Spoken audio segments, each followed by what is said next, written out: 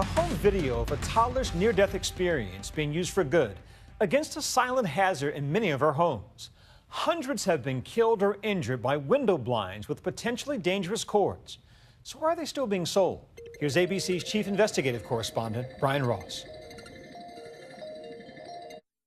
Adrian, stand up straight and tall, shoulders down. This is the Waller family of Chippewa Falls, Wisconsin.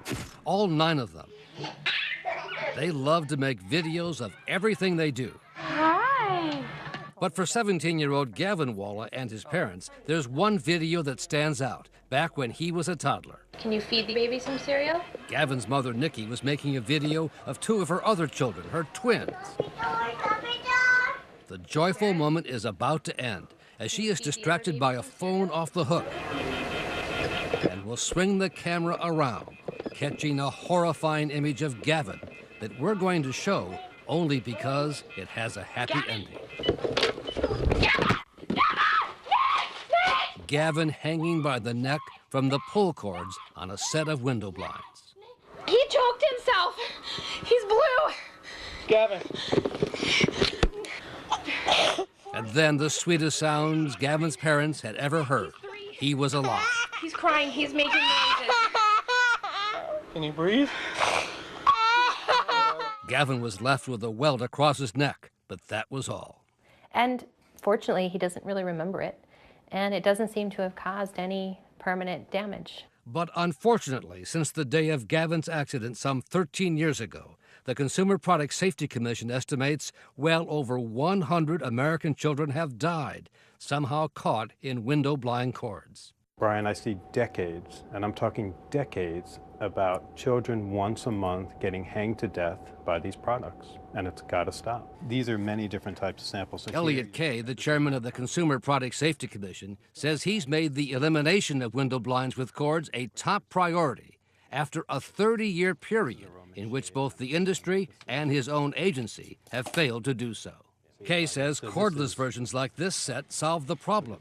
It's beautiful. But Kay's agency doesn't have the legal authority to outright ban the corded versions, and he says the industry continues to drag its feet. I think it's disgusting. I really do.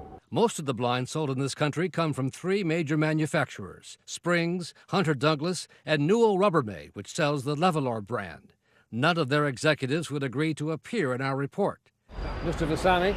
Nor would the head of the window blind trade group, Ralph Vasami, when we caught up with him outside his office in New York City. I wanted to ask you some questions about the children who have died in the window blind accidents.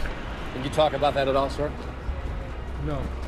But under oath in a brain injury lawsuit last year against a window blind company, Vasami could not avoid answering questions. So by making the decision to not eliminate those hazards, implicitly they're making the decision to allow children to continue to be exposed to those hazards, correct?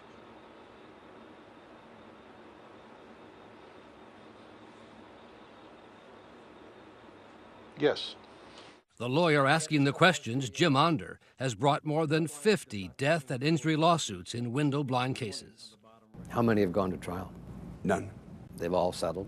Yes. Why? The documents and the testimony is too condemning that I don't think a manufacturer can afford to go to trial.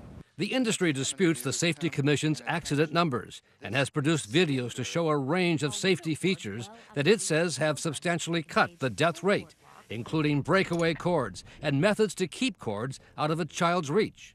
There is no need to ban window blinds with cords, the industry maintains.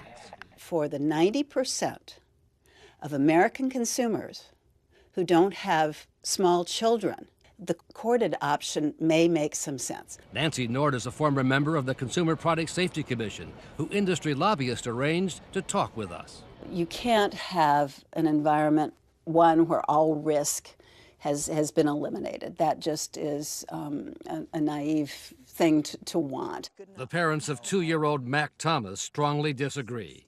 Hey, Mac. Would you like more? Erica and Stephen Thomas of suburban Washington, D.C., initially came under investigation after their son died, even though they had done everything they could think of to make their home safe. I did everything that I knew to do to keep my child safe, and my son is gone. Mac's mother found him one morning lifeless on the floor, strangled when he got caught in a blind cord. Apparently, she thinks, as he tried to look out his window at the stars that he and his brother loved so much. And he wouldn't wake up. And I was screaming. I was just screaming. And then I ran out of the house with him. And I just sat on the front lawn in the mud.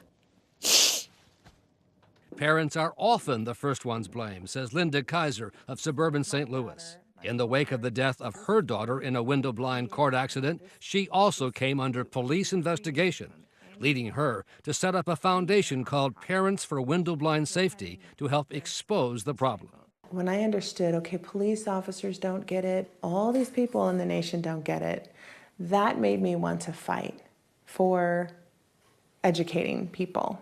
The industry says it too is trying to educate the public about the hazards. And many new parents may be unaware of potential cord dangers, including a new Best for Kids campaign. Yet working with our ABC affiliates across the country, we found that message is not getting through or being acted on in many places. Is there a safety issue or anything like that? No, I don't think so. ABC reporters went to major stores asking about blinds for children's room and found a confusing array of options, often not clearly labeled. In some cases, store employees were helpful. That's why cordless is a really good option when you have tots. But in many others, employees seemed to have no idea or had not been trained about the danger. When you have the cord, you could just tie it up. Is there a safety issue or anything like that? No. And our affiliate reporters also discovered that a safety warning is posted on both the corded or hazardous blinds and on the cordless blinds, which don't pose the same threat. So what's the impact when they put a warning label on something that is the safer Pure product? confusion. In the last few weeks, Kay's campaign on the window blind industry has had several victories. IKEA and Target have both taken all window blinds with cords off their shelves. They now only sell cordless blinds.